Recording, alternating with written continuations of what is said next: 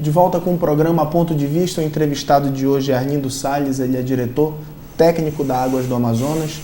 Nós estamos falando um pouquinho de água. E Arlindo, muitas pessoas consideram a nossa água, a água do Rio Negro, uma das melhores do mundo. Inclusive dizem, não sei se é lenda, mas reza a lenda de que a água do Rio Negro, bem tratada, ela supera a Perrier. Isso é lenda ou é fato? Isso é uma pura verdade. Nós já fizemos essas análises, pegamos a água Perrier, pegamos não só a Perrier, mas várias águas internacionais e nacionais que são vendidas no mercado e comparamos com a nossa água. Então, as características físico-químicas, para você ter uma ideia, a água do Rio Negro ela tem baixa salinidade. E isso é muito bom, porque ela promove um gosto muito agradável da água, né? Então, a nossa água, quando ela passa pelo processo de tratamento, a água do Rio Negro, ela tem realmente as características de uma Perrier, uma água caríssima, né? Eu acho que 250 ml de Perrier é mais de R$10 e a gente entrega 1.000 litros de água por R$2. Quer dizer, para você ver a diferença, né? Temos uma boa água. Se você for pelo Nordeste brasileiro ou em algumas outras cidades, você vai encontrar uma água salobra. Às vezes você vai encontrar uma água que a gente chama dura, que é difícil de fazer a lavagem com sabão. E a nossa água não, ela tem todas as características de uma água doce, uma água de paladar agradável e de fácil degustação. Nós sempre estivemos, o Amazonas, num lugar privilegiado. A água no Amazonas não falta. Mesmo no período de seca, você consegue ainda achar água e água boa. Como é que se faz na nossa região? Por que ocorre que mesmo na nossa região, no Amazonas, ainda falta água? É admissível isso? E o que a Águas do Amazonas está fazendo para resolver essa situação? De 2000 para cá, a empresa já investiu para mais de 700 milhões de reais. Para você ter uma ideia, quando nós assumimos essa operação, a Manaus tinha 1.400.000 pessoas. Desses 1.400.000 pessoas, apenas 1.100.000 tinha abastecimento de água com uma água com características físicas, químicas meio duvidosas, vamos dizer assim. Você não podia lavar roupa branca, que dava problema. Ficava meio amarela. Fizemos grandes investimentos nas estações de tratamento, incorporou na cidade de Manaus, de 2000 a 2010, 400.000 pessoas. Se você observar, olhar o IBGE, qual é a cidade, poucas cidades brasileiras têm 400.000 pessoas e entraram na cidade de Manaus 400.000 pessoas.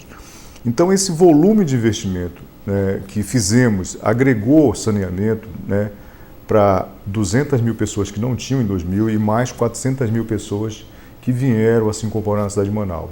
Então, são investimentos maciços que infelizmente, o discurso na cidade de Manaus com relação à água do Amazonas ainda é muito no discurso do ufanismo, às vezes, do valor da tarifa, ou de um bairro que surgiu ontem que já quer água.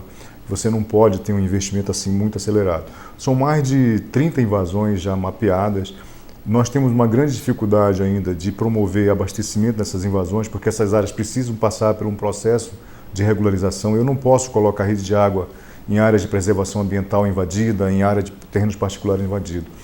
Só que o discurso de Manaus, como eu falo sempre, a água do Amazonas é apenas um ator, é um ator operador desse sistema. Nós temos que envolver os outros atores para que a gente possa levar água para todo mundo. Então, nessas invasões, a forma como a cidade cresce, ela faz com que sempre a empresa fique em débito com o abastecimento 100%. Nós temos que imaginar que são 40.000 pessoas que entram na cidade de Manaus todo dia. E você correr com um tubo, correr com obras de infraestrutura é muito difícil.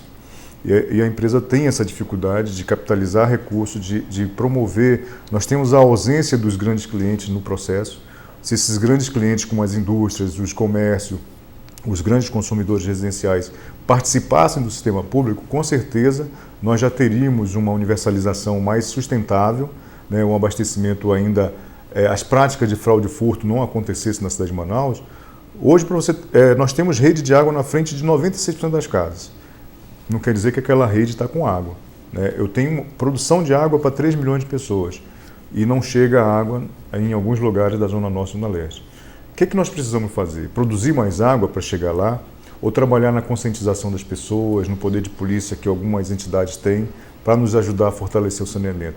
Eu acho que essa é a discussão do saneamento, não é discutir a água do Amazonas. Porque se vier outro operador, não vai resolver o problema, porque outros operadores já passaram. O que nós temos de discutir é o modelo, a participação de todos, para que o saneamento se fortaleça cada vez mais na cidade de Manaus. E esse é o grande problema aqui na nossa cidade. Falando um pouquinho de ETA, que são as estações de tratamento. Em Manaus, nós já temos quantas estações? Nós temos operando 3 estações de tratamento, são duas no complexo da Ponta do Ismael, que produzem 7 metros cúbicos por segundo, ou 7 mil litros por segundo. Nós temos uma outra estação no Mauazinho, que produz 250 litros por segundo.